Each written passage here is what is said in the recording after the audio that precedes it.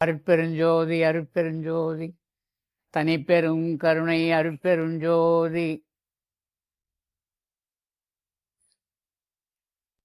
அன்பு ஆன்மனையம் கொண்ட எனது உயிரில் கலந்துள்ள அன்பு ஆத்மார்த்த சகோதர சகோதரிகளே, உங்கள் அனைவருக்கும் இந்த மாலை நேரத்தில் என்னுடைய வணக்கத்தை தெரிவித்து, சத்விசாரம் ஒவ்வொரு மாதமும் தொடர்ந்து நடந்து கொண்டிருக்கிறது. முன்னமே ஒரு 10 ஆண்டுகளுக்கு முன்னாடி நம்முடைய சிகே ஸ்கூலில் நம்முடைய ஐயா அசோக்குமார் அவர்கள் ஆரம்பித்து வைத்தார்கள். தொடர்ந்து நடந்து வந்தது. அதன் தொடர்ச்சியாக இன்றைய தினம் இங்கே கூடியிருக்கின்றோம். அருட்பாவிலே எனக்கும் நிறைய ஐயப்பாடுகள் உண்டு, உங்களுக்கும் இருக்கும். அந்த அளவிலே இப்போது தம்பி ஒரு கேள்வி வைத்தார். அறிவு என்பது என்ன? அறிவுக்கு விளக்கம் கேட்டார் இல்லைங்களா? என்ன சொல்லுங்கள் பார்ப்போம். அறிவுன்னா என்ன? கண்ணுன்னா தெரியும், காதுன்னா தெரியும், நாசின்னா அந்த சொல்லு அந்த பொருள் இரண்டும் தெரியுது. அறிவு என்பது என்ன அப்படி கேட்டார் இல்லைங்களா? வள்ளல் பெருமான் அவருடைய அனுபவம், நமக்கு முன்பு வந்தவர்களுடைய அனுபவம், நம்ம இந்திய திருநாட்டிலே தோன்றிய அருளாளர்கள் அந்த அறிவுக்கு ஒரு நிறம் உண்டு என்று சொல்லியிருக்கின்றார்கள். அறிவினுடைய நிறம் என்ன என்று கேட்பீர்களானால், அறிவின் நிறம் என்ன? செம்மையா, கருமையா, பச்சையா, நீளமா? என்ன நிறங்க அறிவின் நிறம்? அறிவின் நிறம் தூய வெண்மை. அறிவின் நிறம் வெண்மை. முன்னோர்கள் பல நூல்களிலே தத்துவ சாஸ்திரங்களாக கடவுள்களை உருவாக்கினார்கள். கடவுளில் ஏதோ இல்லைங்க, நம்ம உடல் தத்துவத்தில் இயக்கக்கூடிய ஒவ்வொரு உறுப்புகளையும் கடவுளாக காட்டினார்கள். கோவிலை கட்டினது அதுக்கு தான். இந்த உடல் தான் கோயில் சொல்லியாச்சு. இந்த கோயில் உடல் அப்படின்னா இந்த உடலுக்குள்ள இருக்கிற ஒவ்வொரு விஷயங்களையும் தெய்வங்களாக கட்டி காண்பிச்சாங்க. அப்படி இருக்கும்போது செல்வத்துக்கு ஒரு கடவுள், வீரத்திற்கு ஒரு கடவுள், அன்புக்காக ஒரு கடவுள், அறிவுக்காக ஒரு கடவுள் சொல்லும்போது, முன்னவர்கள் நமக்கு கொடுத்தது அறிவு கடவுள் சரஸ்வதி. என்ன கடவுள்? சரஸ்வதி. அவங்களுடைய நிறம் என்ன? என்ன ஆடை கட்டியிருப்பாங்க? வெண்மையான துகில், வெண்துகில் உடித்திருப்பார்கள். அப்போ அறிவினுடைய நிறம் வெண்மை. வள்ளல் பெருமான் கொடியை கட்டி காமிக்கிறார். இந்த கொடியிலே 3/4 பங்கு என்ன நிறம்? 3/4 பங்கு வெண்ணிறம். உள்ளொளி ஓங்கிட, உயிரொளி விளங்கிட, வெள்ளொளி காட்டிய மெய் அருள் கனலே. அந்த வெள்ளை ஒளியை நாம் எப்போ பார்ப்போம்? அதுதான் அறிவினுடைய நிறம். முயன்றால் பெருமான் பார்த்ததை நாம் பார்க்க முடியும். அவர் பாடிய அந்த பாடலையே நாம் பாடிட்டு தான் இருக்கிறோம். இன்னைக்கு கூட பாடினேன். இன்று வருமோ நாளைக்கே வருமோ அல்லது மற்ற என்று வருமோ அறியேன் அப்படின்ற நிலையில்தான் எல்லோருமே இருக்கின்றோம். ஒவ்வொருவருக்கும் ஒரு தேடுதல். ஞானம் என்பது தேடுகின்ற ஒரு பொருள் அல்ல. நீங்கள் எல்லோருமே ஞானிகள் தான். ஏன்னு நம்ம ஞானத்தோடு தான் வந்தோம். ஆனால் ஞானத்தை அறிந்து கொள்ளாமல் எவற்றையெல்லாம் அறிந்து கொள்ளக்கூடாதோ அவற்றையெல்லாம் அறிந்து வாழ்ந்து கொண்டிருக்கிறோம். அவர்கள் அறிவாகவே இருந்தார்கள், அறிவை அடைந்தார்கள். வள்ளல் பெருமான் சொல்லுவார், இந்த அறிவு எங்கே இருக்கிறது அப்படின்னு எழுதியிருக்காரு.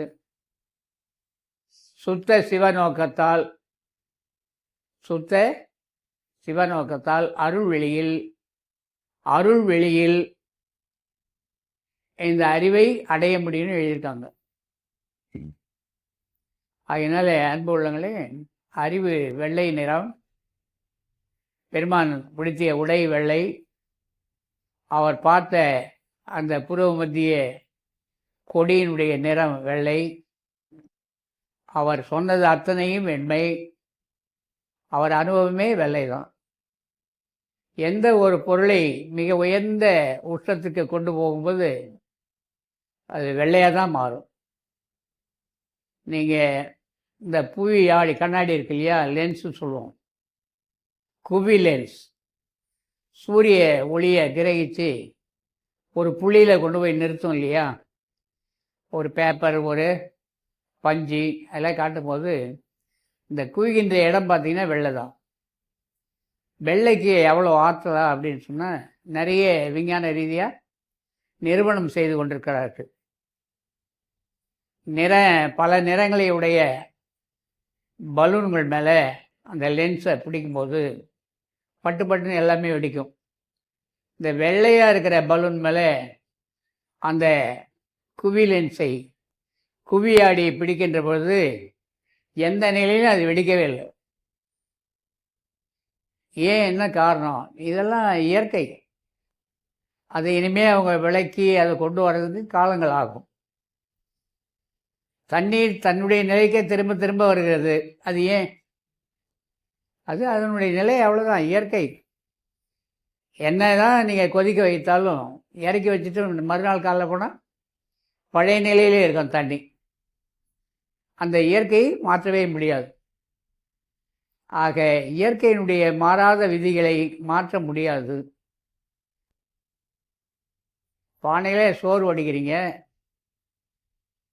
சிலிண்டர் வச்சு அடுப்பு விறகு வைத்து எரிய போட்டு சாதம் சமைக்கணுன்னா கொஞ்சம் நேரம் ஆகும். அதுவே உங்கள்கிட்ட ஒரு கேஸ் சிலிண்டர் வைத்து அதில் சமைக்கணுன்னா இன்னும் அதை விட கொஞ்சம் நேரம் குறையும். இன்னும் கொஞ்சம் மின்சார அடுப்பு அப்படின்னா இன்னும் கொஞ்சம் நேரம் குறையும். ஆக அந்த அரிசி என்பது வெந்து சோறாக மாறுவதற்குன்னு ஒரு காலம் இருக்குல்லையே, அதை யாராலும் மாற்ற முடியாது. இப்படி போய் கையில் அரிசியை கொடுத்தோம் இப்படி வந்துடும் அரிசி சோறா அப்படின்னா முடியாது. ஏன்னா அந்த அரிசிக்கும் ஒரு கால கணக்கு இருக்கு. இந்த உஷ்ண நிலையில் தான் அது வேக வேண்டும் என்பது, அதை நாம் பண்ண முடியாது. காலமும் நியதியும் காட்டி எவ்வுயிரையும் ஆளுற காத்தருள் அருட்பெருஞ்சோதி. எல்லாவற்றுக்குமே ஒரு காலம் இருக்கு. ஆக காலம் கடந்த ஒன்று கடவுள் தன்மை பெறுவது தான்.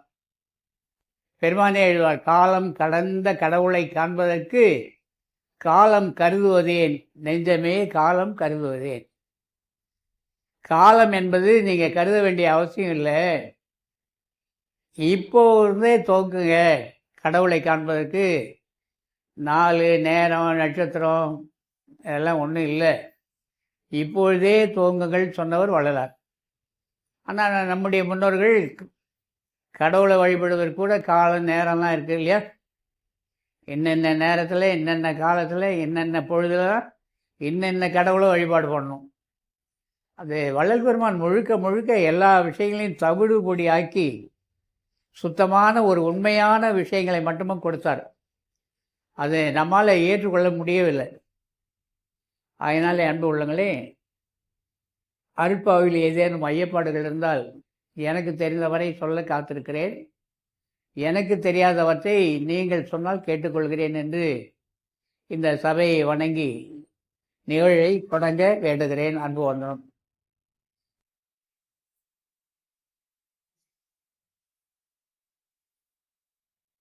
கேள்வி எழுதியிருப்பீங்களே, சென்ற மாதமே எழுதி எடுத்துகிட்டு வரேன்னீங்க, நிறைய பேர் காணாமா? என்னம்மா காற்றை பற்றியா?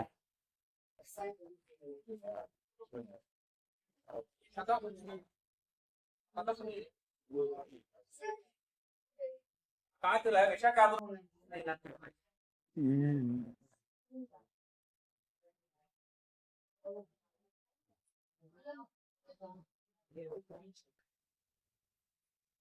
காற்றுல வள்ளல் பெருமான் எழுதுறாரு, அமுத பாகம், பூதபாகம், விஷபாகம்னு எழுதியிருக்காரு.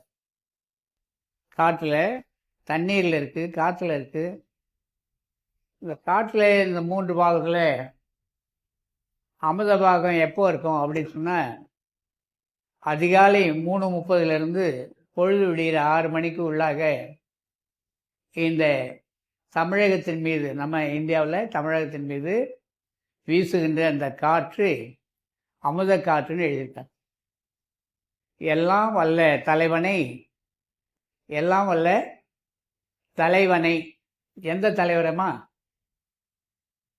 எல்லாம் வல்ல தலைவன். எல்லாம்னா இந்த மண், நீர், நெருப்பு, காற்று, ஆகாயம், இதெல்லாம் அவர் தான். எதுலேயும் அவருக்கு குறையே கிடையாது. எல்லாம் வல்லவர். அவர்கிட்ட இது இருக்குது, இது இல்லைன்னெல்லாம் இல்லை. எல்லாமே அவருடையது தான். அவருடைய ராஜ்யம், அவருடைய அருளாட்சி. எல்லாம் வல்ல தலைவனை, இந்த இடத்துக்கு எந்த தலைவனை நீங்கள் வணங்குவீங்க? உங்கள் வீட்டுக்கு தலைவர் ஒருத்தர் இருப்பார் இல்லையா, அவரை வணங்குவீங்களா? குடும்பத்துக்கு தலைவர் இருப்பார், தெருவுக்கு ஒரு தலைவர் இருப்பார், இந்த கிராமத்துக்கு ஒரு தலைவர் இருப்பார், நகரத்துக்கு ஒரு தலைவர் இருப்பார், நாட்டிற்கே ஒரு தலைவர் இருப்பார். எல்லா தலைவரும் ஒரு நாளைக்கு என்ன ஆவாங்க? போயிட்டே தான் இருப்பாங்க. தலைவர் போகாத இருக்கணும். உங்கள் தலைக்குள்ளேயும் என் தலைக்குள்ளேயும் இருக்கிற ஒரேவர் தான் அவர் தாங்க தலைவர். நீங்கள் வீணாக குழம்பிடாதீங்க. தலைவர் அப்படின்னா உங்கள் தலைக்குள்ளே இருந்து உங்களை காலையில் எழுப்பி விடுவர் யாரோ, உங்களை இரவு உறங்க வைப்பவர் யாரோ, உறங்கிய பிறகும் விழிப்போடு இருந்து நாளை காலை உங்களை எழுப்பி விடுபவர் யாரோ, அவர்தான் உங்களுடைய தலைவர். அந்த தலைவர் தான் தலைவர். உங்கள் தலைவர் உங்கள் தலைக்குள்ளே தான் இருக்கார். எல்லாம் வல்ல தலைவன் அவன்தான். அந்த தலைவனை 6 காலங்களிலும் தொழுதல் வேண்டும். காலையில் 4லேருந்து 6, 6லேருந்து 8, 11லேருந்து 1, சாயந்தரம் 4லேருந்து 6, 6லேருந்து 8, இரவு 11 மணிலேருந்து 1 மணி. இந்த காலங்களில் நீங்கள் அமைதியாக ஒரு இடத்துல உட்கார்ந்து உள்ளுக்குள்ளே வள்ளலார் சொன்ன இடத்துல கருத்தினாலே கருதி கடவுள் வழிபாடு செய்ய சொல்லியிருக்காரு. அந்த நேரத்தில் அந்த வழிபாடு செய்தால் அந்த அமுத காற்று நம்முடைய உடலுக்கும், உடலுக்கு உடலாக இருக்கக்கூடிய உயிருக்கும், உயிர் அனுபவத்துக்கு காரணமாகவும் காரியமாக இருக்கக்கூடிய ஆன்மாவை அறிவால் அறிவதற்கு உரிய நேரம் அப்படின்னு பெருமான் எழுதியிருக்காங்க. அதனால் அந்த நேரம் அமுத காலம். உங்களுக்கே நீங்கள் எழுந்து ஒரு நாளை இதுக்குன்னு செலவு பண்ணுங்கள். காலைல 3:30 மணிக்கு எழுந்து அந்த காற்று நம்ம வீட்டுக்குள்ளே எப்படி வருதுன்னு பாருங்கள். ஒரு 9-10 மணிக்கு அந்த காற்று எப்படி இருக்குன்னு பாருங்கள். 12-1 மணிக்கு இந்த பீச் ரோட்டில் போய் பாருங்கள். காலைல 4 மணிக்கு இந்த பீச் ரோட்டில் போய் பாருங்கள். காற்று அடிக்கிறது தெரியல, நமக்கு மாறிக்கிட்டே இருக்குல்ல. ஆக அமுத காலம் என்பது வள்ளல் பெருமான் சொன்ன 3லிருந்து 6, இரவு 11 to 1. இந்த 2 காலங்களில் கூட விழிப்போடு நம்ம இருக்கலாம். இந்த நேரத்தை நம்ம இல்லத்தில் இருக்கக்கூடிய நம்முடைய உறவுகளோ, நம்முடைய நட்போ, சுற்றமோ யாரும் இதை தடை செய்ய முடியாத ஒரு நேரம். இந்த நேரத்தில் நீங்கள் அதை பயன்படுத்திக்கலாம். காலையில் 3லிருந்து 6 வரைக்கும் நீங்கள் அமைதியாக உட்கார்ந்துருக்கும் போது உங்களை யாரும் ஏன் என்னன்னு கேட்க போகிறது இல்லை. ஏன்னா இப்போ 6 மணிக்கு மேலே தான் எல்லோருமே எழுந்திருக்கிறாங்க. அதே போல் இரவு 11 மணிக்கு எல்லோரும் 9-10 மணிக்கு படுத்துடுறோம் இல்லையே. ராத்திரி பூரா நம்ம வீட்டில் தூங்காமலே இருப்போம். 1 மணி 2 மணி ஆகும் அப்படின்னு நிறைய. ஏன்னா தொலைக்காட்சி பெட்டி இருக்குது, அப்புறம் மொபைல் இருக்குது. விடிய விடிய மொபைல் பார்க்குறவங்களும் இருக்காங்க, டிவி பார்க்குறவங்களும் இருக்காங்க. ஆக 11 to 1 அற்புதமான நேரம். அந்த நேரத்துலையும் உட்காந்து தியானம் போடலாம். கருத்தினாலே கருதுவது தான் கடவுள் வழிபாடு. அதனால் அமுத காலம் என்பது வள்ளலார் சொன்னது இதுதான். 6 காலங்களில்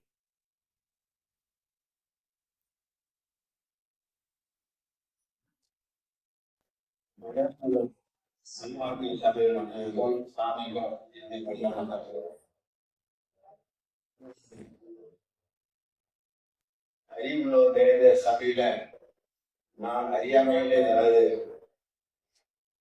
கேள்வி கேட்டு அதில் ஏதாவது தகவல் இருந்தார்கள்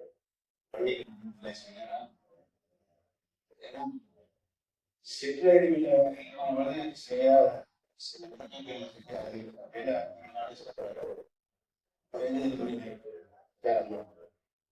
தமிழ்நாடு கவர்மெண்ட் திருக்குறள் விளக்கம் எழுத சொன்னாங்க. இந்த பரிமை நடந்து 3 வருஷம்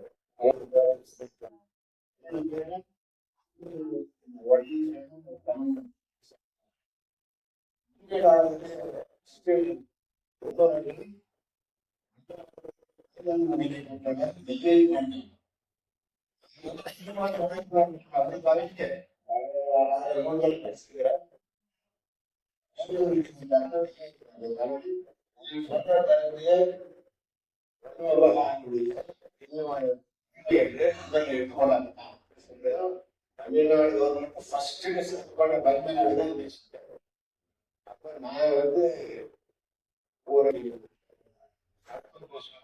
ஏன்னா அந்த அளவுக்கு விதேசம் நான் வந்து ஏன்னா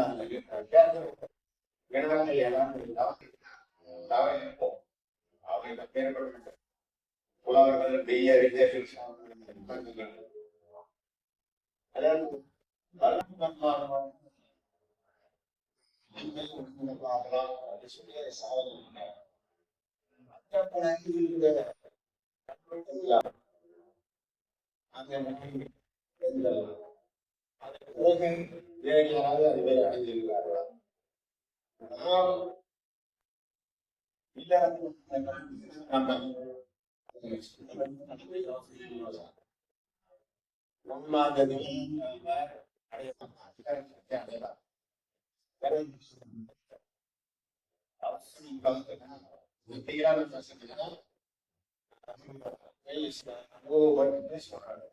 மொழி வீல அப்படின்னு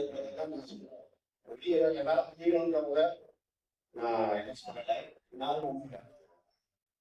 அவரு அவசரம் அதுல அவங்க ஏன் சொல்றாங்க சொல்றாங்க மட்டும் அப்போ வந்து பட்டங்கள் அப்படின்னு சொல்லி எல்லாருமே சொல்றாங்க. அவங்க அம்மா வந்து போன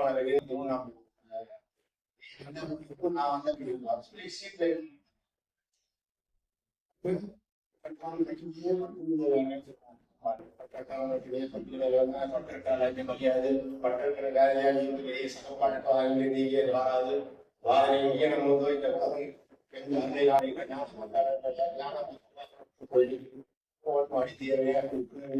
வராது சொல்லியிருப்பாரு.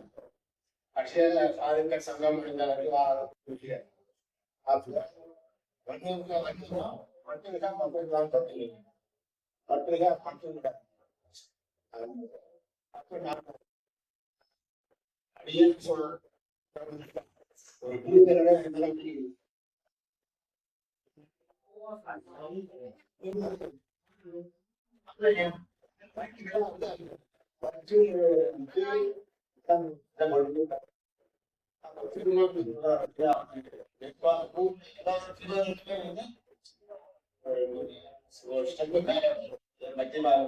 சரி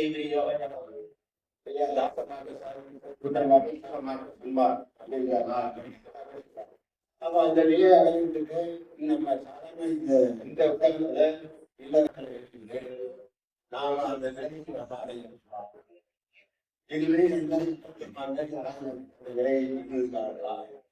இதுதான் அவர் சாமியமா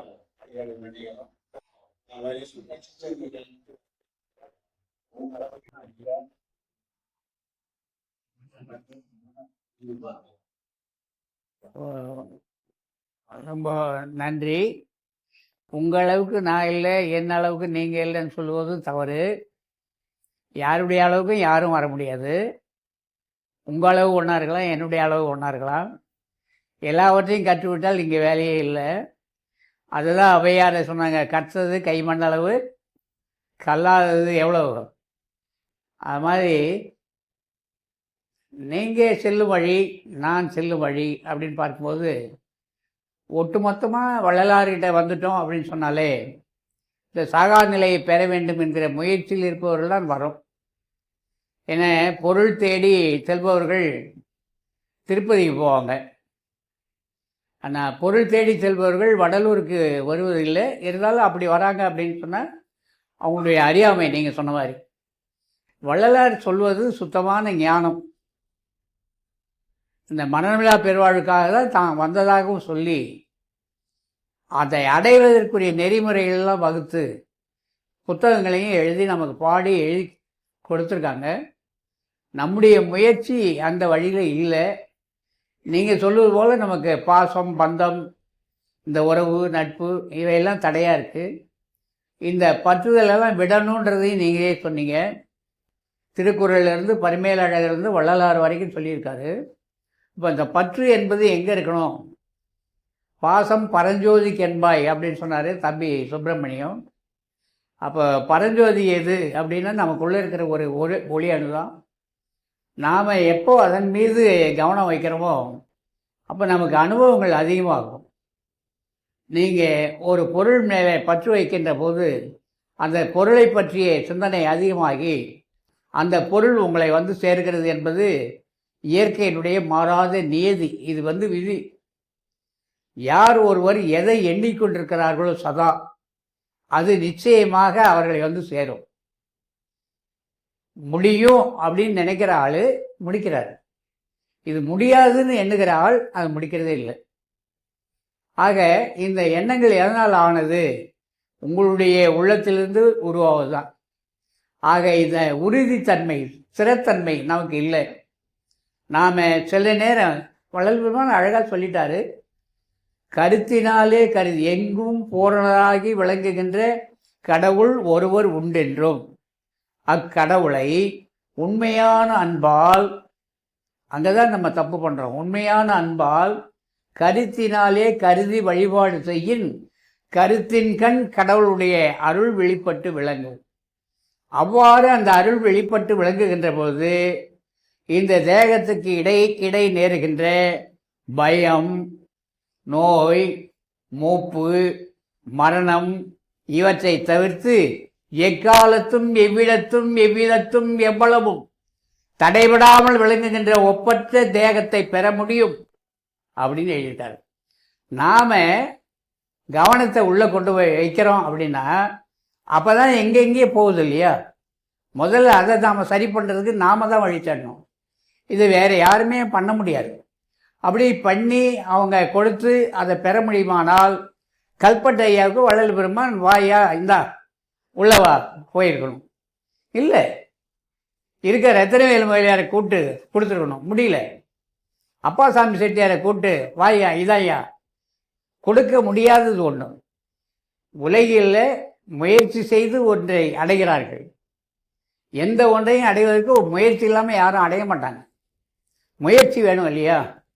அப்போ உலகில் எதையோ தேடி அலைந்து முயற்சி செய்து முடிக்கிறோம். ஆனால் நமக்குள்ளே இருக்கிற ஒன்றை தேடி நாம் செய்வதே இல்லை. காலையில் எழுப்பி விட்டதும் வள்ளல் பெருமான் சொன்ன முதல் காரணம் அதுதான். அழகாக சொல்லிட்டார். காலையில் எழுந்ததும் அப்படியே செவ்வையாக உட்கார்ந்து கொள்ளு எந்த ஞானி எழுதலாம்? எல்லா ஞானியும் எழுந்ததும் குழி, ஈர துணியை கட்டிக்கோ, இதை சுற்று அதை சுற்று, இப்படி தான் எழுதியிருக்காங்க. வள்ளல் பெருமான் மட்டும்தான் சொன்னார், எழுந்ததும் அப்படியே எங்கேயும் போகாத, செவ்வையாக ஒரு இடத்தில் அமர்ந்து கடவுளை கருதுன்னார். இப்படி நாம் கருதி வருவோமேனால் எனக்கு அனுபவம், உங்களுக்கு ஏன் அனுபவம் ஆகவில்லை என்றால் ஆகும். இன்னைக்கு ஒன்றும் கிடையாது. இந்த வாரம் முழுவதும் நான் எவ்வளோ சாப்பிட்டுப்பேன்னு உங்களுக்கு தெரியாது. சாப்பிடாததுனால ஏதாவது சோறு வந்திருக்கான்னா அதுவும் கிடையாது. தூங்காததுனால ஏதாவது சோறு வார்க்கன்னா அதுவும் கிடையாது. இப்போ இதெல்லாம் காரணம் என்னென்னா, எந்நேரமே என்னுடைய சிந்தனை அங்கே தான் இருக்குது. ஏன்னா எனக்கு வாழ்க்கையில் நான் முடிக்க வேண்டியது அத்தனையும் முடித்து விட்டேன் திருவருள் சம்மதத்தால். எனக்கு இனிமேல் இந்த உலகத்தில் எதுவும் தேவையில்லை. எனக்கு தேவையே இல்லை. இந்த உலகம் எனக்கு தேவையில்லை, நான் இந்த உலகத்துக்கு தேவையில்லை. ஆக இங்கே கூப்பிட்டீங்க அப்படின்னு நான் வந்திருக்கிறேன். ஆக எனக்கு நான் வேணும். இப்போ நான் போயிட்டேன்னு சொன்னால் என்னோட இருக்கிறவங்க யாரும் என்னோட வரப்போகிறதில்ல. ஆனால் எனக்கு நான் வேணும், எனக்கு இந்த உடம்புக்கு வந்தது இல்லையா, இந்த உடம்புக்குள்ளே தானே இருக்கார் ஒருத்தர், அவரை நான் எப்படி பார்க்கறது? எல்லாமே எழுதிட்டாங்க, காலம் உள்ள போதே பாருங்கன்ட்டாங்க. அப்போ பார்க்க தவறுவது நான் தானே, அடைய முடியாமல் போவது நான் தானே, அடைய வேண்டியதை அடைய முடியும் என்பது நான். அதனால் முயற்சி என்ன ஆகும்? திருவினை ஆக்கும்னு இருக்காங்க. முயன்றால் முடியாதது இல்லை. தம்பி, நீங்கள் உள்ள நம்முடைய உடல் பகுதியில் தலையாய பகுதி தலை தான். இந்த தலைக்குள்ளே இருக்கிற இந்த உணர்வை நமக்கு புரிந்து கொள்ளவே முடியல. எண்ணங்கள் எங்கே உருவாகுது? எண்ணும் எழுத்தும் கண்ணென தகும். அப்போ கண் எது? எண்ணுன என்ன, எழுத்துன என்ன? எண்ணென்ப ஏனை எழுத்தென்ப இவை இரண்டும் கண் என்ப வாழும் உயிருக்கு. செத்து போன உயிருக்கு இல்லை, உயிர் சாவதில்லை, உயிர் உயிராக தான் இருக்கு. உயிர் நீங்குது, உடலை விட்டு உயிர் நீங்குது. உயிர் எப்பயுமே அழிவதில்லை, உயிர் உயிராக தான் இருக்கும். ஆக எண்ணு எழுத்து, எண்ணுவது எது, எழுத்து எது? இது இந்த உடலிருந்து தான் எழுப்புது. காலையில் உங்களை எழுப்புவது எது? அந்த எழுத்து தான் உங்களை எழுப்பி விடுகிறது. அதுதான் உங்களை நடத்துது, என்னையும் நடத்துகிறது. அந்த எழுத்து எங்கே முடியுதுன்னு பார்க்கணும். இதை பல ஞானிகள் சொல்கிறாங்க. ஆ அப்படின்ற வார்த்தை தான் வள்ளல் பெருமான் ஆன்னு சொல்லிட்டாரு. வள்ளுவரும் அகர முதல எழுத்தெல்லாம் ஆதி பகவன் முதற்றே உலகுன்ட்டாரு. அந்த ஆ எங்கே உருவாகுதுன்னு ஞானிகள் எல்லாம் எழுதிட்டாங்க. ஆக நம்முடைய உடல் எங்கே உருவாச்சு? அழகாக இந்த மூச்சு காற்றல் தான் உருவாச்சு. முதலாவது ஆகாயம் அனாதின்ட்டார் வள்ளலார். ஆகாசம் அனாதி, அந்த ஆகாசத்தில் காற்றும் அனாதி. அங்கே என்ன இருக்குது? சந்தான அணுக்கள் இருக்கிறது. அந்த சந்தான அணுக்கள் காற்று தந்தையார் உடம்புக்குள்ளே நுழைஞ்சி ஒரு துளி திரவத்துக்குள்ளே ஆவி உருவாக ஒளி உருவாக இருந்தது. உங்களுக்குள்ளேயும் இருக்குது, எனக்குள்ளேயும் இருக்குது. அந்த ஆவி உருவை ஒளி உருவை நாம் கருவது இல்லை. அதை கருத ஆரம்பித்தால் அது அதனுடைய தன்மை இந்த உடல் உள்ள ஒவ்வொரு செல்லும் பெறும். பெறுகின்ற பொழுது மாற்றம் ஏற்படும். முதலாவது சுத்த தேகம் கிடைக்கும், முயன்றால் பிரணவ தேகம், அதன் மேலே ஞான தேகம். முயற்சி நம்முடையதாகத்தான் இருக்க வேண்டும். இதை கடவுளை நான் இங்கே அகவல் படிச்சிருந்ததுனால கடவுள் கொடுக்க மாட்டார். நான் 20 பேருக்கு சோறு போட்டேன், 2000 பேருக்கு சோறு போட்டேன், கொடுக்க மாட்டார். நீங்கள் என்ன பண்ணணுமோ உங்கள் ஜீவனுக்கு நீங்கள் பண்ணி ஆகணும். எல்லா ஜீவனையும் பாருங்கள், உங்கள் ஜீவனையும் பாருங்கள். உங்கள் ஜீவன் போனால் நீங்கள் எந்த ஜீவனையும் பார்க்க முடியாது. அதனால் வள்ளல் பெருமான் ஜீவகாரணியை கடவுள் வழிபாட சொல்லி உங்களுக்கு உள்ளே செல்வதற்குரிய வழிமுறைகளை சொல்லி அழகாக சொல்லிட்டாங்க. ஆகையினால் நம்முடைய முயற்சியை அதுவாக இருக்க வேண்டும். பற்றுக பற்றத்தான் பற்றினை தம்பி, நீங்கள் சொன்னீங்க. இப்போது குறள் சொன்னது, திருக்குறள் வள்ளுவர் எழுதியிருக்கார். இப்போது தம்பிக்குள்ளே இருக்கிற அந்த பெரிய பொருள் உங்களை கொண்டு வந்து இங்கே உட்கார வச்சுருக்கு, என்னை கொண்டு வந்து இங்கே உட்கார வச்சாச்சு. நான் பதில் சொல்லிட்டு இருக்கேன், தம்பி கேட்டிருக்கீங்க. முடிஞ்சது நீங்களும் போயிடுவீங்க, நானும் போயிடுவேன். ராத்திரி 11, 12 ஆச்சுன்னா நீங்கள் என்ன பண்ணுவீங்க, நான் என்ன பண்ணுவேன்? உறங்கிடுவோம். உறக்கம் என்பது என்ன? உறங்கின பிறகு இந்த உலகம் உண்டா உங்களுக்கு? வேறு ஏதாவது உண்டா? ஒன்றுமே இல்லை. உறங்குவது போலும் சாக்காடு, உறங்கி விழிப்பது போலும் பிறப்பு. அப்போ இந்த இறப்புக்கும் பிறப்புக்கும் விழிப்பு நிலைக்கும் உறக்க நிலைக்கும் நடுவில் நம்ம யாரோ இருக்கோம். இது கண்டுபிடிக்க முடியல. கண்ணு முடிக்குது, காது கேட்கல, வாயு முடிக்குது, உடலும் அசையலை. ஆனால் ஒன்றே ஒன்று மட்டும் உள்ள அசைஞ்சிக்கிட்டே இருக்குல்ல, அது போயாச்சுன்னா நம்ம போயாச்சுன்னு சொல்லிடுவாங்க இல்லையா?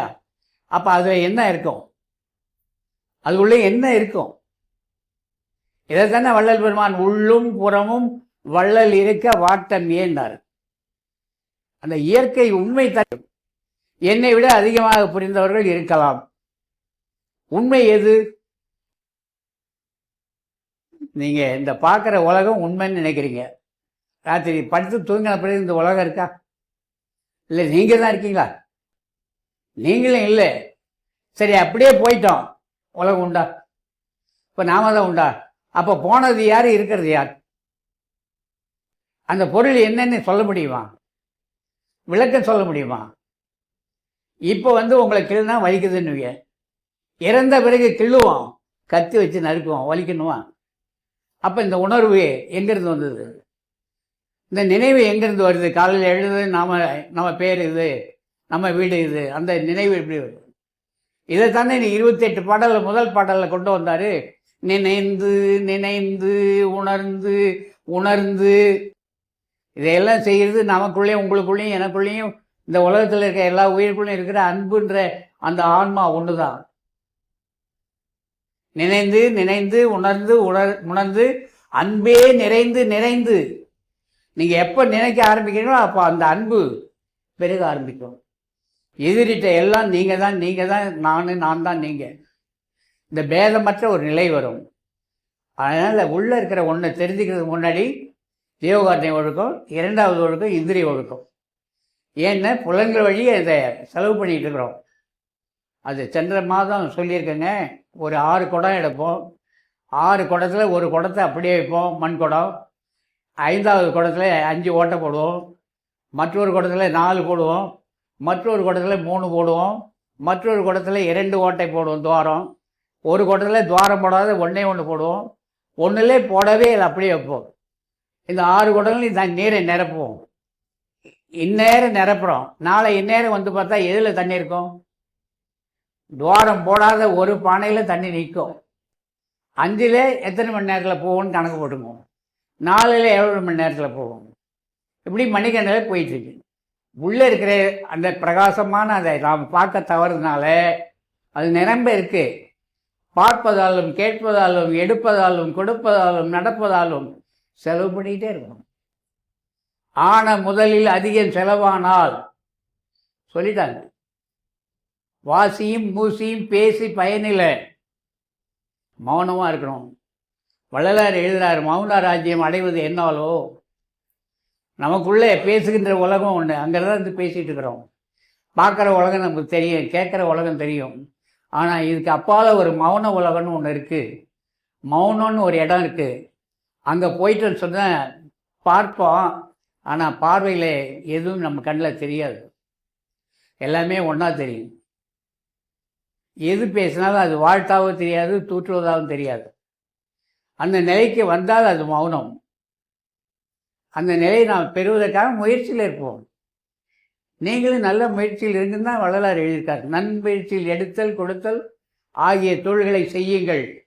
எந்த தொழிலை செய்து கொண்டிருந்தாலும் புருவ மத்திய சிந்தனையோடு செய்யுங்கள்னார். ஏன் இந்த புருவ மத்திய சிந்தனையோடு செய்யணும்?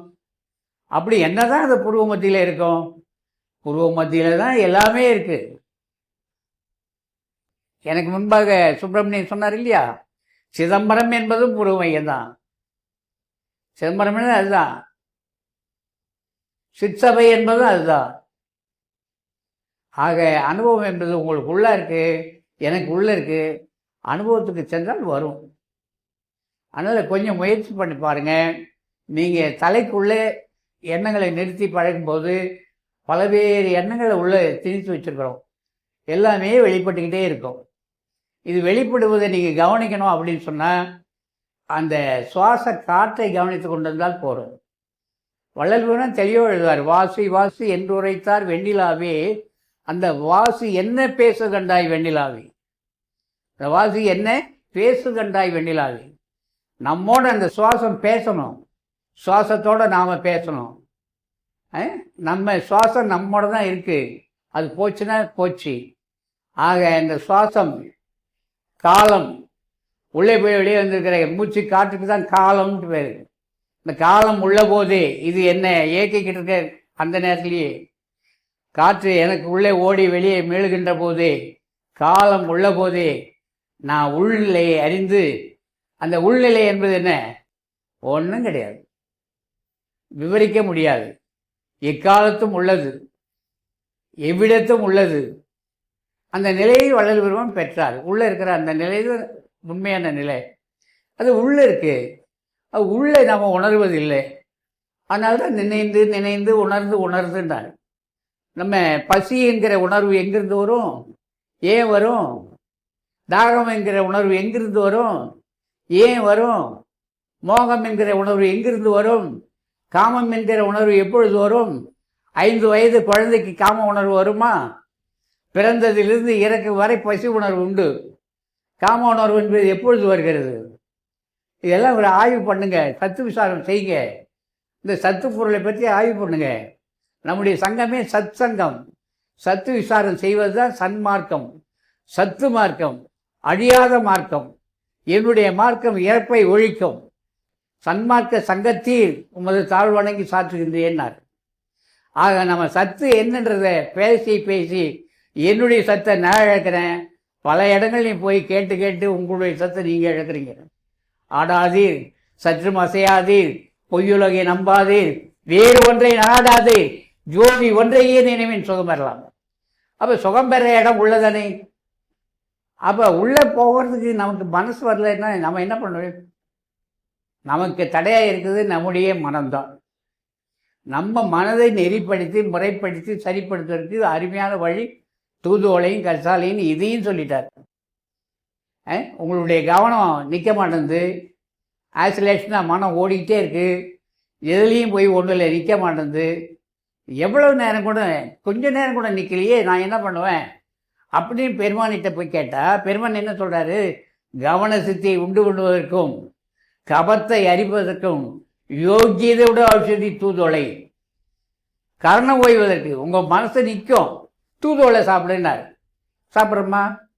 இல்லை. சொன்னதெல்லாம் நம்ம செய்யலையே. பிரதம உள்ளுடம்பாகிய உயிருடைமை நீடிக்க செய்யும் எது? கரிசாலை. கரிசாலை எடுக்கிறோமா? சபாபதி எடுக்கிறாரு. அவர் மட்டுமே பிரதம உள்ளுடம்பை பற்றி இது பத்திரமா பார்க்குறாரு. சரி, வரவங்களும் பார்த்துங்கன்னு கொஞ்சம் கொடுக்குறாரு. ஆனால் இது நல்லா இல்லை, காஃபி இருந்தால் கொடுங்க, டீ இருந்தால் கொடுங்கன்னு கேட்குறாங்க. ஆகையினால நம்முடைய முயற்சி இருக்க வேண்டும் தம்பி. முழுக்க முழுக்க வள்ளல் பெருமான் பெற்ற நிலை அவருடைய முயற்சினாலே அவர் அடைந்தார். நம்மெல்லாம் அந்த முயற்சிக்கு நம்மளை அழைக்கிறார், அவ்வளோதான்.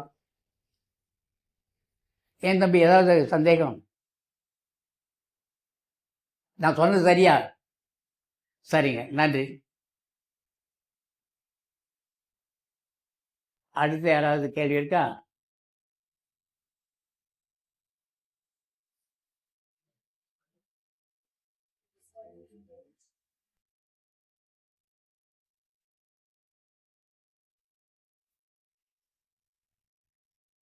நீங்க கேள்வி கேட்டதா அடுத்த மாசம் வந்தாரு ஐயா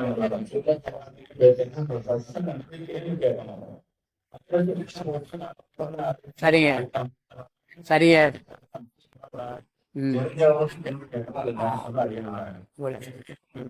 ஆமாம், ஒரு சின்ன கேள்வி. இப்போ இரவு இது முடிஞ்சதும் என்ன டிஃபன் போடுறீங்க? இது பதில் சொல்லுங்களேன் ஐயா. கிச்சடி போண்டா. ரொம்ப நல்லது. ரக்ஷாங்கண்டியே வள்ளல் பெருமான் இப்படி ஒரு கேள்வி நீங்கள் கேட்பீங்க தெரியும் அவருக்கு.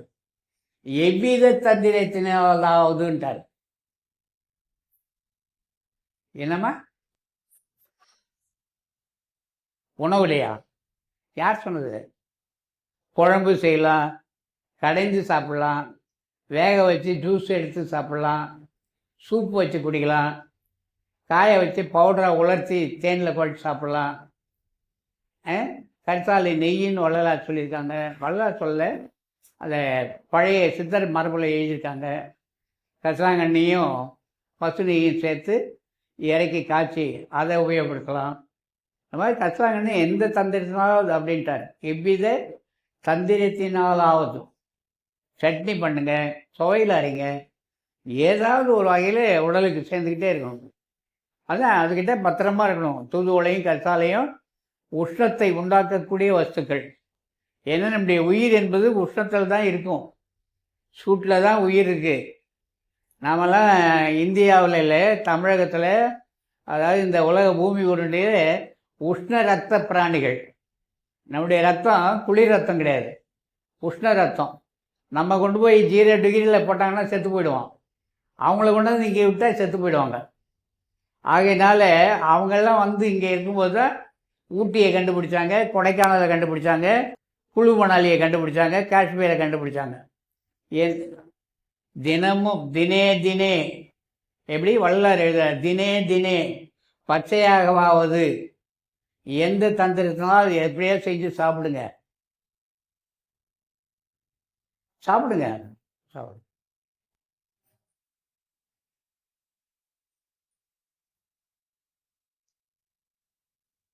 கேள்வி இல்லைன்னா அடுத்த மாதம் என்னை அழைக்க மாட்டாராம், சொல்லிட்டாரு. ஐயா மன்னிக்கவும். உயிர் பிரி நிலையை வந்து இன்னைக்கு சயின்டிபிக் விஞ்ஞானம் வந்து உலகின் கடவுள உயிர் பிரியும் போது நம்ம எப்படி இருக்குன்ற நிலைய சயின்டிபிக்லாம் கண்டுபிடிச்சிருக்காங்க. ஆனா சில இதுல கண்டுபிடிச்ச சரியா நிரூபிக்கல. ஆனா சன்மார்க்கிகளுக்கும் அந்த சுத்த சன்மார்க்கிகளும் தன்னுடைய உயிர் பிரியும் போது அந்த நிலையை அவங்களுக்கு தெரிய வாய்ப்பு இருக்கா? அதை பற்றி ஐயா வரலாறு கூறினார்கள். கொஞ்சம் பொதுவாக கொடுக்கிறேன்.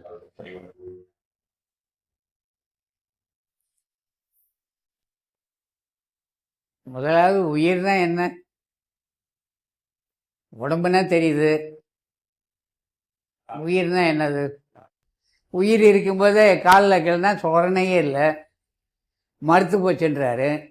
ஆனால் அவருடைய உடல் தான். ஏன் இது வரைக்கும் மறுத்து போகாத அந்த இடம் ஏன் மறுத்து போச்சு? இந்த மறுத்து போனதற்கு காரணம் என்ன? ஏன் ரத்த ஓட்டம் அங்கே போகலை? இப்படியெல்லாம் சத்து விசாரம் பண்ணிக்கிட்டே இருங்க. உடலில் ஏதோ ஒரு இடத்துல தான் இருக்குது. அது 96 தத்துவம் எழுதியிருக்காங்க, 36 தத்துவம் சொல்லியிருக்காங்க. இந்த உடல் சக்கரத்தின் உறுப்பையும் காட்டி அவை பிராட்டி பாடுறாங்க.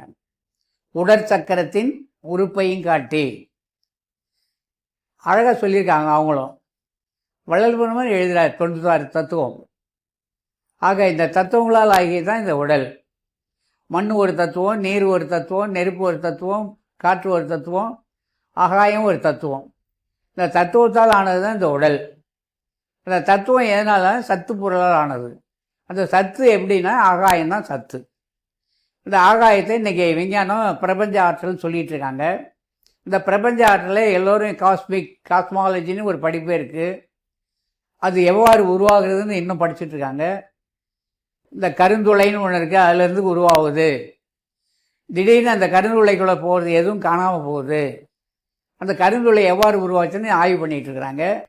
உங்களுடைய உடம்புலையும் இப்போ இந்த ஏஐன்னு ஒன்று வந்திருக்கா, அதை உங்கள் மொபைலை ஓப்பன் பண்ணி மனிதனுடைய உடலில் கருந்துளை எங்குள்ளதுன்னு கேளுங்களேன், அது சொல்லுது பதில். உங்களுடைய பெருமுளைக்கும் சிறுமுளைக்கும் இடையிலேயே இருக்கின்றது. நான் அப்படி கேட்கல, இடத்தை கரெக்டாக சொல்லுன்னா. எனக்கு அது தெரியாது. உனக்கு ஏன் ஏஐன்னு பேர்? இல்லை, நீங்கள் சொன்னால் நான் தெரிஞ்சுக்குவேன். ஏன் நான் சொன்னால் பதிவு பண்ணிவிட்டு அடுத்த முறை நீ சொல்லலான்னு நினைக்கிறியா? நான் சொல்ல மாட்டேன், நீயே சொல்லு அப்படின்னா. இப்போ ஏஐ ஒன்றும் ஆர்டிஃபிஷியல் இன்டெலிஜென்ட்லாம் சும்மா அது ஏமாத்து வேலை. உங்களுக்குள்ளே இருக்கிற எனக்குள்ளே இருக்கிற ஒன்றை மாதிரி யாருமே ஒன்றும் பண்ண முடியாது. அதை பண்ணிட்டான்னா அவன் தான் கடவுள். அதனால் உயிர் என்பது இந்த உடலில் உணர்வு தான். இந்த உயிரும் உணர்வும் எங்கே இருக்கிற வரைக்கும் ஒன்றே ஒன்று, எல்லாவற்றையும் ஆகாயத்தில் கொண்டு முடிக்கிறார் வள்ளல் பெருமான். எல்லாவற்றையும் பெருவெளியிலே கொண்டு முடிக்கிறார் வள்ளல் பெருமான். இன்று வருமோ, நாளைக்கே வருமோ, அல்லது மற்ற என்று வருமோ அறியேன். என் கோவே என்னை ஆளுகின்ற நான் பேசிகிட்டு இருக்கிறேன். எவன் என்னை பேச வச்சுட்டு இருக்கிறான்னு எனக்கு தெரியுமா? ராத்திரி 12-1 மணி ஆச்சுன்னா அவன் என்ன ஆகிறான்னு எனக்கு தெரியுமா? அப்போ அவன் தானே என் கோவே. அப்போ இங்கே இந்த உலகத்தில் நான் பண்ணிகிட்டு இருக்கிறதெல்லாம் மழை வெம்மாயி தானே. இதெல்லாம் என்றைக்கு அத்து போகும்? இதெல்லாம் அத்து போய் வெளிக்குள் வெளி கடந்து சும்மா இருக்கிறோம். ஒரு வெளியிலேருந்து நீ இவ்வளோ வேலை பண்ணிகிட்டு இருக்கிறோம். இந்த வெளியிலே இதை தான் செய்ய முடியும். இந்த வெளியில் கார் ஓடும், சைக்கிள் ஓடும், பைக் ஓடும், எல்லாம் ஓடும். இதுக்கு மேலே இருக்கிற வெளியில் போகணுன்னா ஆகாயமாக தான் போகும். அதுக்கு மேலே இருக்கிற வெளிக்கு போகணுன்னா ராக்கெட் தான் போகும். அதுக்கு மேலே இருக்கிற வெளிக்கு போனால் ராக்கெட் கூட போகாது, வேறு ஏதோ ஒன்று போகணும். ஆக இந்த உலக தத்துவத்துக்கே இப்படி போகிறதுக்கு வழி உங்களுக்குள்ளேயும் ஒரு பகுதி, 2வது பகுதி, 3வது பகுதி. அப்போ முதல் பகுதியில் தரையில் ஓடுவதே எங்களுக்கு தெரியல.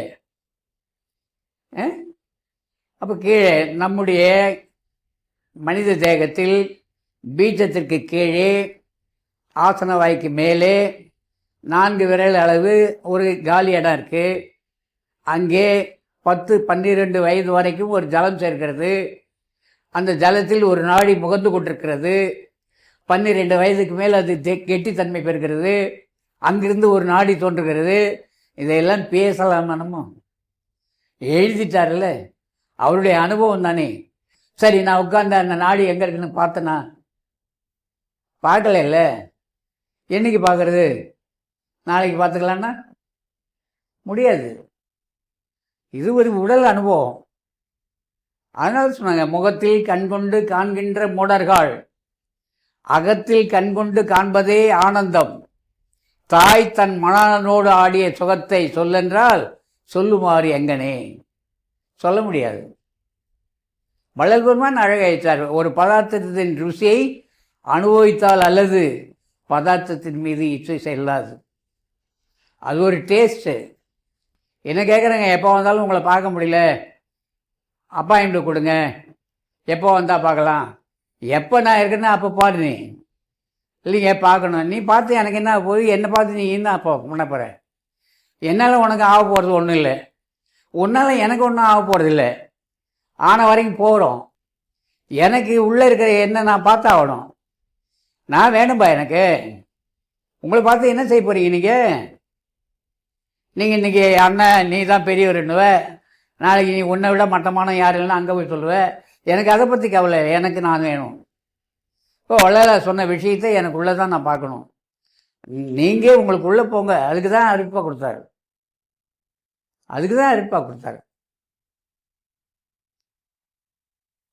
அனுபவத்தை அழகாக எழுதிட்டாரே. வானத்தின் மீது நம்ம தோட்டத்தில் தான் பார்க்குறோம் மயில் ஆடுறத. புளிய மரத்து மேலே ஆடுது, நெல்லு கொள்ளையில் ஆடுது. இந்த வானத்தின் மீது ஆடுன ஆகாயத்தில் எங்கே மயில் ஆடிச்சு? பொய் சொல்லிட்டாருல்ல வள்ளாரு. எவ்வளோ பெரிய பொய் சொல்லியிருக்காரு. ஆனால் தான் அவருக்கு சோறே கிடையாது. அவர் சாப்பிடவே இல்லை தெரியுமா உங்களுக்கு? வள்ளலார் சாப்பிடவே இல்லையே. ஏன் இவ்வளோ பெரிய பொய் சொன்ன? வானத்தின் மீது மயிலாட கண்டேன். திடீர்னு போடுறாரு ஒரு போடு, மயில் குயிலாகி போயிட்டான். என்ன மேஜிக்! இந்த இடத்த யாராவது சிந்தனை பண்ணமா? மயில் எப்படி குயிலாகும்? நீங்கள் உங்கள் அனுபவத்துக்கு போனீங்கன்னா உள்ளே நெற்றிக்கு நேராக உள்ளே நெற்றிக்கு நேரே நிறைந்த ஒளிகாடில் முற்றும் அழியாது உடம்பு. அந்த ரகசியத்தை சொன்ன பிறகு நாம் பார்க்கலாம்ல. நெற்றிக்கு நேரே நிறைந்த ஒளிகாடில் முற்றும் அழியாது உடம்புன்னாங்களே, அது எவ்வளோ பெரிய நம்பிக்கையான வார்த்தை. அதன் மீது நமக்கு நம்பிக்கை உண்டா? நெற்றிக்கு நேரே பார்ப்போன்னு பார்க்குறோமா? கண்ணுக்கு நேரே பார்த்துட்டு இருக்கிறோம் இல்லை? இப்போ கண்ணுக்கு நேரே எதெல்லாம் பார்த்துட்டு நாம் என்ன பண்ணிட்டு இருக்கிறோம்? அது அவங்க அனுபவம் தானே. ஏன் நம்ம அவங்க அனுபவத்துக்கு போகலை? நாம தான் தடை. அதான் வள்ளல் சொன்ன, தாய் தடை என்றேன், சேய் தடை என்றேன், தாரமே தடை என்றேன், எல்லாம் சொன்னார். எல்லா தடையும் போச்சு. என்னுடைய கண்ணு காது மூக்கு வாய் தான் எனக்கு தடை. அவருக்கு இருந்த தடையை நீக்குவதற்கு வழியை கண்டவர் நமக்கு இந்திரிய ஒழுக்கம்னு ஒன்று கொடுத்து, கண்ணு வழியாக செலவாகுது, காது வழியாக பிராணன் செலவாகுது, நாசி வழியாக செலவாகுது, எதில் நீ விருப்பப்படுறியோ அதில் அந்த காற்று நிறைய செலவாகுது, அது வழியாக உள்ளேருந்து வெளியே போயிட்டே இருக்குது, அது தடுத்து நிறுத்துறதுக்கு போன வழி தெரியல, குருகுரமாக பாராதிரு. ஏன்னா 5 புலன்கள் வழியாக 5 பிராணங்கள், பஞ்ச பிராணங்கள் பேர்.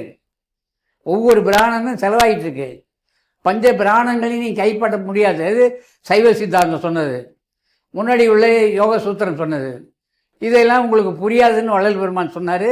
இந்திரிய ஒழுக்கம்னு ஒன்று கொடுத்து, கண்களால் குருகுரமாக பாராதிருக்க பழகு, கொடிய சொல் செவி புகாது நெல்லு. இந்த முயற்சியில் நாம் இருந்தால் நமக்குள்ளே இருக்கிற உயிர் அனுபவம் பெற முடியும். ஆன்ம பிரகாச அனுபவம் எழுத்தார். பூர்வ மத்தியில் கோடி சூரிய பிரகாசமாக ஒளி ஒன்று உண்டு.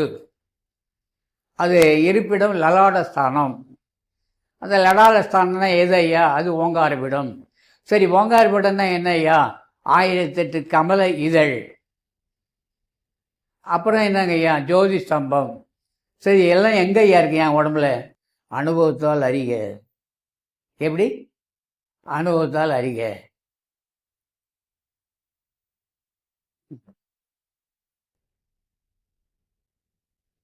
தயிர் பச்சடி எப்படி இருக்கணும்னா எப்படி எப்படி விலைக்கு சொல்லிங்களா? தயிர் பச்சடி எப்படி இருக்கும்? சரி, மாங்காய் பச்சடி எப்படி இருக்கும்? மாங்காய் பச்சடி எப்படி இருக்கும்? அப்போ அதுக்குன்னு ஒரு ஃபார்முலா இருக்குங்கள. ஒரே 4-5 மாங்காயை வாங்கி 4-5 சகோதரி கையில் கொடுத்து இல்லை சகோதரர் கையில் கொடுத்து பச்சடி பண்ணால் ஒவ்வொருத்தருடைய பச்சடியும் ஒவ்வொரு மாதிரியாக இருக்கும். ஒன்று காரமாக இருக்கும், ஒன்று புளிப்பாக இருக்கும், ஒன்று இனிப்பாக இருக்கும், ஒன்று நீளமாக மிளகா கிடக்கும், ஒன்றில் மிளகாயே இருக்காது இல்லை. அப்போ அந்த பதார்த்தத்துடைய ருசியை யார் அனுபவிக்கிறது? அதுக்கே ஒரு முறை இருக்குல்ல. ஒரு பச்சடி செய்கிறதுக்கே இவ்வளோ இருக்குது. மாங்காயை இப்படி செய்வோம், அந்த நெட்டை பார்த்துக்கிட்டே செய்வாங்க. ஒரு மாங்காய் பச்சடி செய்கிறதுக்கு இவ்வளோ நேரம், இவ்வளோ காலம், என்னென்ன பொருள் வேணும்னா இந்த பொருள் பூரா எதனால் ஆனதுன்னு வள்ளலார் எழுதிட்டார். இது அத்தனையும் எதனால் ஆச்சு? ஒரு திரவ பொருள் இன்னொரு திரவ பொருள் கூட சேர்ந்து ஒரு திடப்பொருள் அங்கே உள்ளே செய்கிறாங்கல்ல,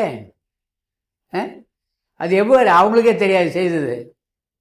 நந்த வனத்தில் ஓராண்டி அவன் 4-6 மாதமாய் கொயவனை வேண்டி கொண்டு வந்தான் ஒரு தோண்டி, அதை கூத்தாடி கூத்தாடி போட்டு உடைத்தாண்டி நந்த வனத்தில் ஓராண்டி. 4-6 மாதம் எவ்வளோ? 10. அப்போ இந்த தோண்டி உடையிறதுக்கு முன்னாடி தானே பார்க்கணும். தோண்டி உடையிறதுக்கு முன்னாடி பார்க்க, அதனால தான் தோண்டி உடைக்கிறான் கடைசி அங்கே சுடலில். இப்போ அதெல்லாம் இங்கே ஒன்றும் கிடையாது இல்லை. ஆமாம், 1 ஓட்டை 2 ஓட்டை போடுறான், அப்படியே போட்டு சுற்றுவான். ஏன்னா இவன் இந்த ஓட்டை வழியாக போய் சேர்ந்துனா நீயாவது போகாதுன்னு காட்டலாம். அந்த பானையை சுற்றுறதுன்னு சொல்கிறதுக்கு ஆள் இருப்பாங்க. வாங்கின பானை சரியில்லைன்னுவான். அதனால் அனுபவம் என்பது உங்களுக்கு உள்ளே தான் தம்பி இருக்குது, வெளியில் இல்லை. ஆன்ம பிரகாச ஒளியே உங்களுக்கு உள்ளே இருந்து முயன்றால் பார்க்கலாம். வள்ளல் பெருமான் பார்த்தாரு, அனுபவித்தார், எழுதியிருக்காரு. முயற்சியில் இருக்கலாம்.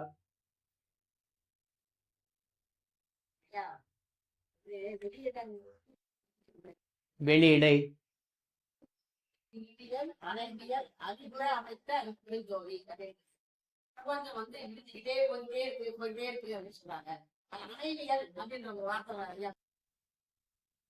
அணைவியல்னா ஒன்று ஈர்ப்பு சக்தி.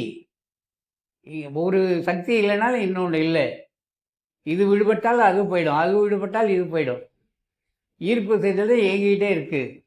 நீங்கள் இங்கே காலை எடுத்து வைக்கிறீங்கன்னா பூமியில் ஈர்ப்பு சக்தி இருக்கிறதுனால தானே. ஒவ்வொன்றுக்கும் ஒரு ஈர்ப்பு சக்தின்னு இருக்குல்ல. அந்த ஈர்ப்பு சக்தியில் இயங்கிட்டு இருக்குது. அந்த ஈர்ப்பு சக்தியை தாண்டி நீங்கள் போகணும். நம்முடைய உடல் பகுதியில் கழுத்துக்கு மேலே ஒரு சக்தி மேல் நோக்கி இழுக்கும், கழுத்துக்கு கீழே ஒரு சக்தி கீழ் நோக்கி இழுக்கும். இதுக்கு மேல் நோக்கி இழுத்தா பிராணன் பேர், கீழ் நோக்கி இழுக்கிறதுக்கு அபானன் பேர். இந்த பிராணன் அபானன் வள்ளல் பெருமான் ஆகாரம் சாப்பிடும்போது சொல்லுவார், பிராண அபானனுக்கு இடம் கொடுத்து உண்ணுதல் வேண்டும்னு எழுதுகிறார். சாதா விதி பொது விதியெல்லாம் படிக்கிறோம் இல்லையா, அதில் உணவு உண்ணுகின்ற விஷயத்துக்கு எழுதுவார். பிராண அபானனுக்கு இடம் கொடுத்து உண்ணுதல் வேண்டும். ஏன்னா மேலே புருவமத்தியில் தான் பிராணன் உற்பத்தி ஸ்தானம். ஆனால்தான் புத்த மதத்தில் ஆனாபானான்னு ஒரு நெறிமுறை சொல்லியிருப்பாங்க.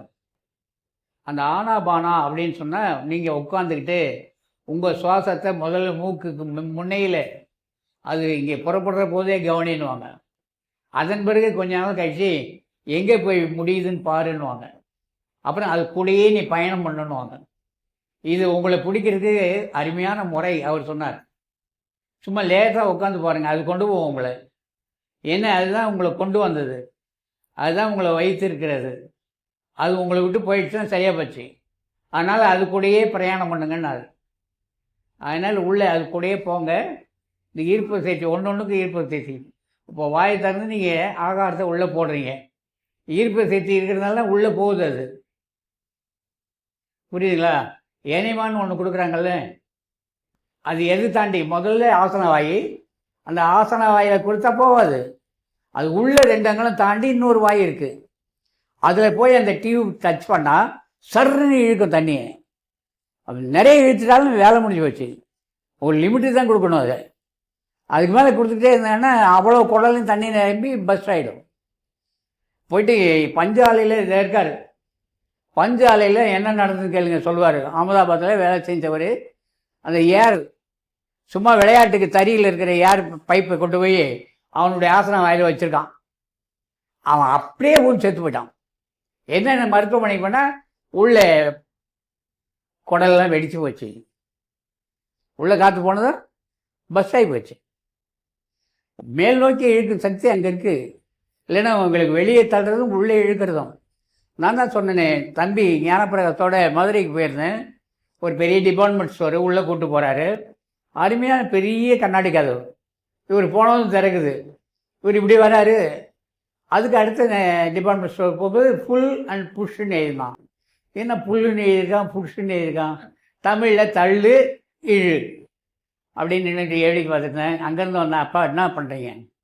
இல்லைடா ஏதோ சிந்தனை எங்கேயே போகுது, இங்கெல்லாம் போகக்கூடாது, வாங்க உள்ளன்னாரு. இல்லைப்பா கொஞ்சம் யோசித்து வரேன். அன்றைக்கி வந்தது தான், அன்றைக்கி ராத்திரியே தூங்கலை. இந்த உலகமே இப்படி தான் தள்ளுவதுலையும் இழுக்கிறதுலாம் இருக்குல்ல. அடாடாடா, என்ன இந்த பிரபஞ்ச ஆற்றல்! வாய் வழியாக உள்ளே இழுக்குது, அங்கே போய் கீழ் வழியாக தள்ளுது. தள்ளுறது நின்று போச்சுனாக்கா டாய்லெட் போகாது, ஒன்றுக்கு போகாது, உடனே மருத்துவமனை தான். அப்போ தள்ளுற இடம் சரியாக இருக்கணுன்றதுக்காக தான் வள்ளல் பெருமான் மூலாங்க பிரணவ தியானத்தினாலும் மல ஜல உபாதிகளை கிரமமாக கழித்தல் வேண்டும். மல ஜல உபாதிகளுக்கு கிரமமாக கழிக்கணும். தடை நேர்ந்தால், ஏன் தடை நேர்ந்தால் அவ்வளோ ஆள் காலி. தடை நேர்ந்தால் ஆள் காலி. ஒன்றுக்கு போகலனாலும் சரி, வெளியே போகலாம் சரி, நம்ம கதை முடிஞ்சு போச்சு. அப்போ அது அவுட் கோயிங். இன்கம்மிங் மூக்கு தோரம் வாய். இது மூக்கையும் வாய் இன்கம்மிங் வானான்னு மூடி இருக்க. அவன் இன்கம்மிங் வராதுக்கான்றான். பணம் இப்போ தான் ரீசார்ஜ் பண்ணிங்க, பண்ணால் தான் வருன்றான்.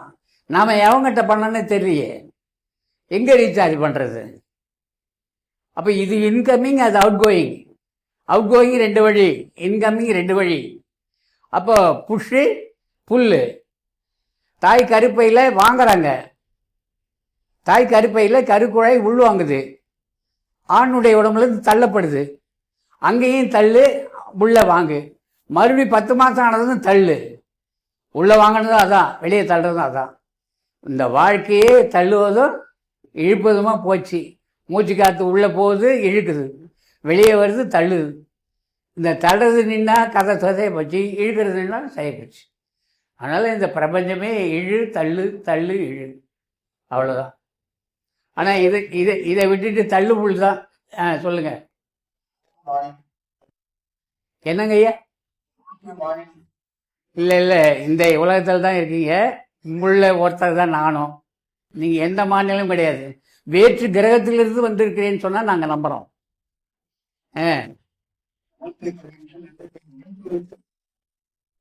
இது வள்ளலார் நிறைய எழுதியிருக்காரு.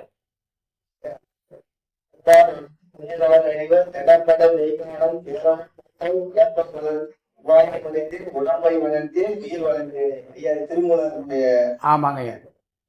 இறந்தவர்களுடைய உடலிலிருந்து 10 வகையான அறிவுகள் வரமாடி விஞ்ஞானமய கோஷம். உடல் உள்ள உறுப்புகளில் வேலை செய்வது விஞ்ஞானம். அதையும் தாண்டி போனோம்னா ஆனந்தமய கோஷம்.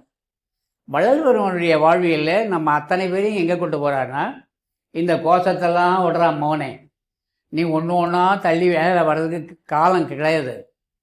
அதனால் வேணாம், உங்களுக்கு ஒரே நிலை, நான் ஆனந்தமய கோஷத்துக்கு உங்களை கூப்பிட்டு போகிறேன். இந்த ஆனந்தமய கோஷம் எதுன்னா, 2 புறங்களுக்கு இடைப்பட்ட இந்த நெற்றி பகுதியில் அவ்வளோ விஷயம் இருக்குது. இந்த நெற்றி சாதாரணமானது அல்ல. நெற்றியிலே நம்ம மனம் புகுவதே கிடையாது. நெற்றியிலே மட்டும் ஒருவருடைய மனம் எந்நேரமும் புகுமையானால் கோடிக்கணக்கான விஷயங்கள் அங்கே இருக்குது. நீங்கள் ஏஐன்னு கொண்டாந்தானே, அது எங்கேருந்து வந்ததுன்னா இங்கேருந்து தான். பேசுகின்ற இந்த மைக்கு எங்கேருந்து வந்ததுன்னா இங்கேருந்து தான். மின்விசிறி எங்கேருந்து வந்ததுன்னா இங்கேருந்து தான். இந்த உலகத்தில் நீங்கள் பார்க்குற அத்தனையும் ஒரு மனிதனால் கண்டுபிடிக்கப்பட்டதே தவிர ஒரு குரங்கு செய்யலை, ஒரு மாடு செய்யலை, ஒரு ஆடு செய்யலை. ஒரு மனிதன் தான் செய்தான். இந்த மனிதன் இன்னமும் செய்வான். ஏன்னா இன்னமும் நிறைய உள்ளே இருக்குது. ஆனால் வள்ளல் பெருமான் சொன்னது, ஒன்றையே நீ செய்யறதுக்கு வழி வேணும். வந்த இறந்துபட்டு போகக்கூடாது. நீ மறுபடியும் பிறவி சூழலில் மாட்டக்கூடாது. உனக்கு ஒரே வழி, நான் சொல்வதை கேள். உனக்கு உள்ளதான் இருக்காது. அந்த அனுபவம் நீ பெற்று தான் ஆக வேண்டும். என்னுடைய நெறி மரணத்தை ஒழிக்கின்ற நெறி. என்னிடத்தில் நீங்கள் வந்தால் நாங்கள் சாகாமல் இருக்கலாம் அப்படின்னா வள்ளல் பெருமான் சொன்னது. ஸோ அது இந்த மூச்சு காத்தில் தான் அடங்கியிருக்கு. பிராணன் ஒரு வேலை, அபானன் ஒரு வேலை, வியானன் ஒரு வேலை, தனஞ்சயன் ஒன்று, அலம்புசா, குகா, தேவதத்தா, நிறைய வாயுக்கள் சொல்லியிருக்கு. இந்த அத்தனை வாயும் நம்ம தாய்க்கு வயிற்றுலேருந்து தொப்புள் கொடி வழியாக தான் போச்சு. தொப்புள் கொடி அறுத்ததும் இந்த அடி வயிற்றுல தொப்புளுக்கு கீழே பட்சி முட்டைன்னு சொல்லுவாங்க. ஒரு கோழியினுடைய முட்டை வடிவில் ஷேப்பு, அதாவது அந்த ஷேப்பில் தான் இந்த பூமியும் இருக்குது. உருண்டை வடிவம் கிடையாது பூமி. பூமி நீள உருண்டை. அதே மாதிரி நம்முடைய அடி வயிறு ஆணாயினும் பெண்ணாயினும் ஒரு நீள் உருண்டை தான். அது உள்ள 72,000 நாடின்னாங்க. இன்றைக்கி சயின்ஸ் அதை கண்டுபிடிக்க முடியாது. ஏன்னா காற்றுக்கு தான் நாடின்னு பேர். நாடின்னா காற்றுன்னு பேர். அந்த 72,000ல் 10 முக்கியமானது. இந்த 10 நாடிக்கு தச நாடின்னு பேர். இதை கதை மூலமாக நேற்று கூட அதுதான் பேசணும் நாங்கள் ஞாயிற்றுக்கிழமையில். தச நாடிக்கு தசரத சக்கரவர்த்தின்னு பேர். இந்த 10 நாடியில் வேலை செய்கிறவர் தான் சக்கரவர்த்தி. அந்த சக்கரத்தை ஆண்டுக்கிட்டு இருக்கிறவர் சக்கரவர்த்தி.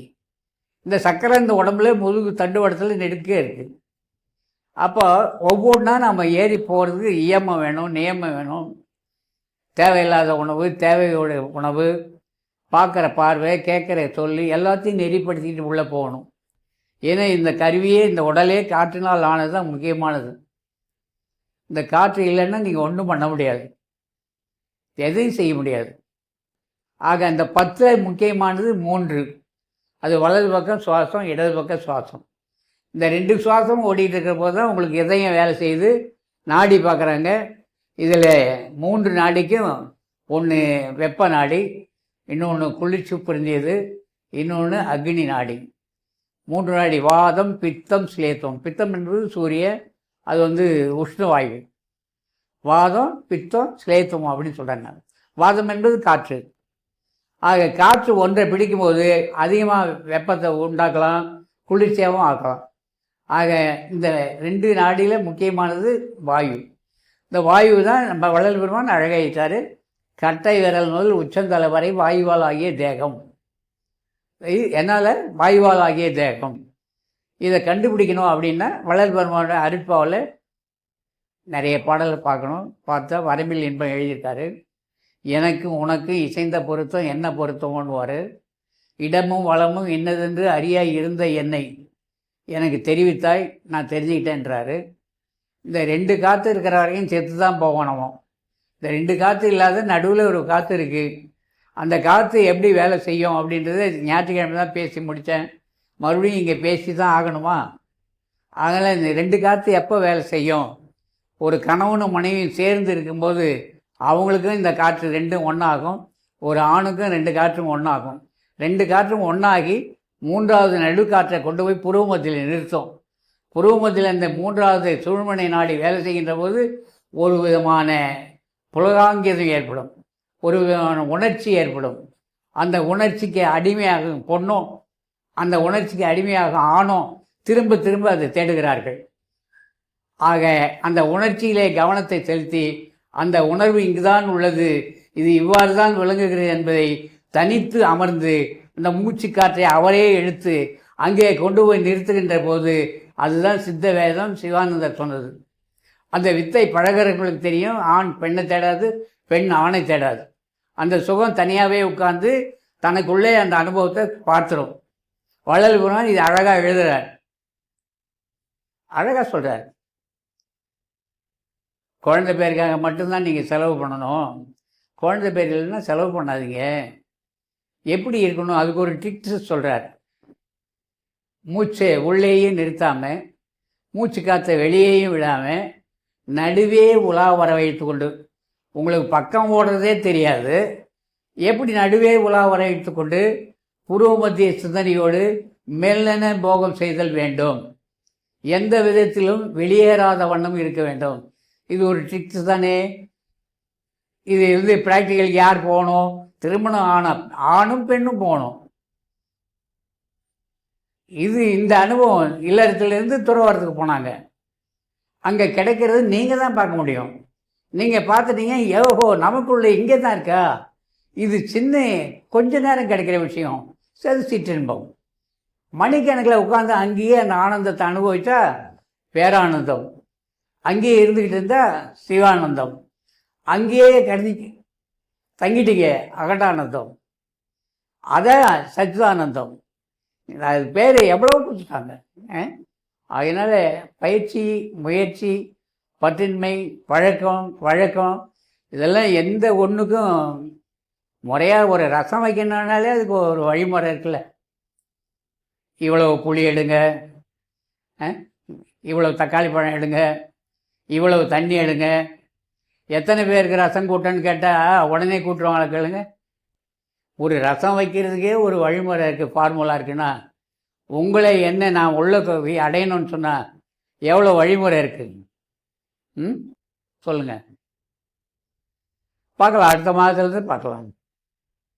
உருத்தரித்த நாடியில் எப்படி உருத்தரித்த நாடியில் ஒடுங்குகின்ற வாயுவை கருத்தினால் இருத்திய கபாலம் ஏற்ற வல்லீரேல் விருத்தரும் பாலராவர். என்ன மாதிரி போல்டு வயசான கிழம் பாலராவாராம். என்ன விருத்தரும் பாலராவர், மேனியும் சிவந்திடும். அப்போ மூச்சு காற்றுல எவ்வளோ இருக்குது? மூச்சு காற்று நிறைய இருந்தால் தான் ஹீமோகுளோபின் 13, 14, 15. மூச்சு காற்று இல்லாத உடம்புல தான் ஹீமோகுளோபின் இல்லை, 6, 7 நடந்ததாக இறக்குது. இதை தெரிஞ்சு தான் வள்ளல் பெருமான் கரிசாலை சாப்பிடுனார். கரிசாலை சாப்பிட்டா ஹீமோகுளோபின் கூட்டிடும். இது இப்படியெல்லாம் பேசிகிட்டு இருக்கிற விஷயம் இல்லை. இது நீங்கள் பயிற்சி செய்தால்தான், முயற்சி செய்தால்தான் பற்றுதலை விட்டு உள்ள பற்றுதலுக்கு போகணும். சார் உலக வாதனையை தவிர்த்தவர் வாழ்க்கையே வாழ்க்கை. உலகியல் சிறிதும் உளம்பிடிய வகை அலையில் பேர் அருளால் அறிவது விளக்கி சிறுநெறி செல்லா திறனளித்து அழியா உருநெறி உணர்ச்சி தந்து ஒளியுறப் புரிந்து சாகா கல்வியின் தரமெல்லாம் அளித்து சாகா வரத்தையும் தந்து மென்மேலும் அன்பையும் விளைவித்து அருட்பேரொழியால் இன்பையும் நிறைவித்து என்னையும் நின்னையும் ஓர் உருவாக்கி யான் நுண்ணியபடியெல்லாம் சீருறச் செய்து உயிர் திறன்பெற அழியா அருளமுதளித்தனை. மேலே இருக்கப்பா அமுத நிலையம், அது இறங்கும். 4 லேயர் இருக்குது, 5 அமுதம் இருக்குது உள்ள. இந்த அருளமுத நான் அருந்த வேண்டினேன் நந்தா மணிவிளக்கே என் சிவனே கதவை திற. மதிமண்டலத்தம்பதும் வாயார உண்டே பதிமண்டலத்து அரசு பண்ண நிதியை நவனேயமாக்கும் நடராஜனே என் சிவனே கதவை திற. மூச்சு காத்து போய் தான் திறக்கணும், வேற வழி இல்லை. என்ன சொல்லுங்க? ஆமா,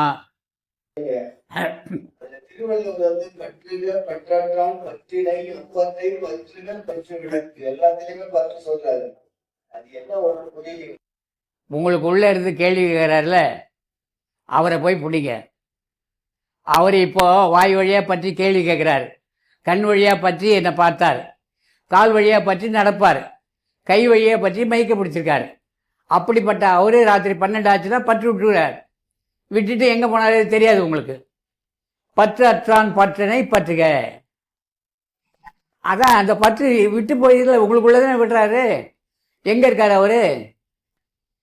எங்கே போயிடுறாரு உங்களுக்குள்ள?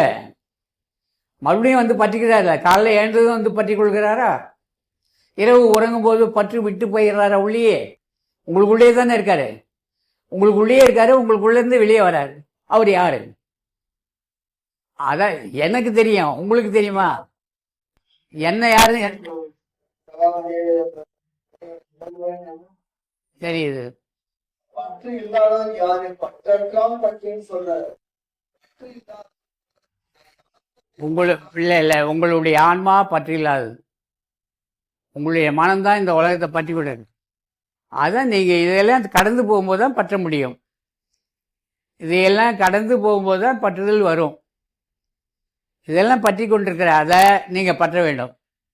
கண்ணை பற்றி கொள்ளும், காதை பற்றி கொள்ளும், நாசியை பற்றி கொள்ளும், வாயை பற்றி கொள்ளும், உடலை பற்றி கொண்டு உள்ளே இருக்கின்ற அந்த பற்று இல்லாதவனை பற்றுகின்ற போது இந்த பற்றுகள்லாம் விடுபடும். பற்று இல்லாமல் இருந்தால் கண்ணு இருக்கும், கண்ணு பார்க்காது.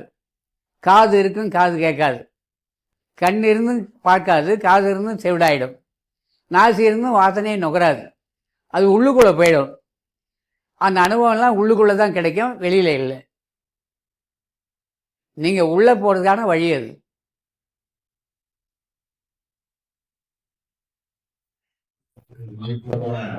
ஒரு சங்கத்தை இங்கு நமக்கு எல்லாம் நடத்தி காட்டிய வாழ்வு நல்ல ஐயா எனக்கு சங்கத்தின் சார்பாகவும் வருவங்குள்ள உங்களின் சார்பாகவும் கையாண்ட தந்துவிட்டு தெரிவித்துக் கொண்டு